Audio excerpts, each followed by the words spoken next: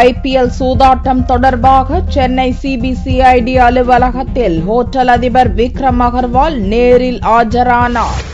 IPL சூதாட்டம் தொடர்பான வழக்கில் குற்றம் சாட்டப்பட்டுள்ள குருநாத் மையப்பனுக்கும் நடிகர் விண்டு தாராசிங்கிற்கும் இடையே இடைத்தரகராக செயல்பட்டதாக நட்சத்திர ஹோட்டல் அதிபர் விக்ரம் அகர்வால் மீது புகார் எழுந்தது. இது தொடர்பாக விசாரணை நடத்த சென்னை CBCID அலுவலகத்தில் விக்ரம் அகர்வால் கடந்த 30ஆம் தேதி ஆஜராகி விளக்கம் தர சம்மன் அனுப்பப்பட்டது.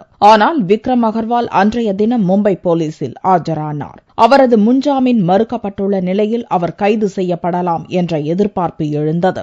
இந்நிலையில் அவரது மனைவி வந்தனா CBCID அலுவலகம் வந்து ஒரு வார கால அவகாசம் கேட்டார். 3 நாட்கள் அவகாசத்தை போலீசார் தந்த நிலையில் திங்களன்று விக்ரம் அகர்வால் CBCID முன் ஆஜரானார். அவரிடம் போலீசார் பல மணி நேரம் விசாரணை நடத்தினர். மும்பை போலீசாரின் விசாரணைக்கு ஒத்துழைத்த விக்ரம் அகர்வால் அப்ரூவராக மாறுவார் என்று கூறப்பட்டது. அதேபோல் CBCID விசாரணை முடிவிலும் அவர் அப்ரூவராக மாறுவார் என்று எதிர்பார்க்கப்படுகிறது.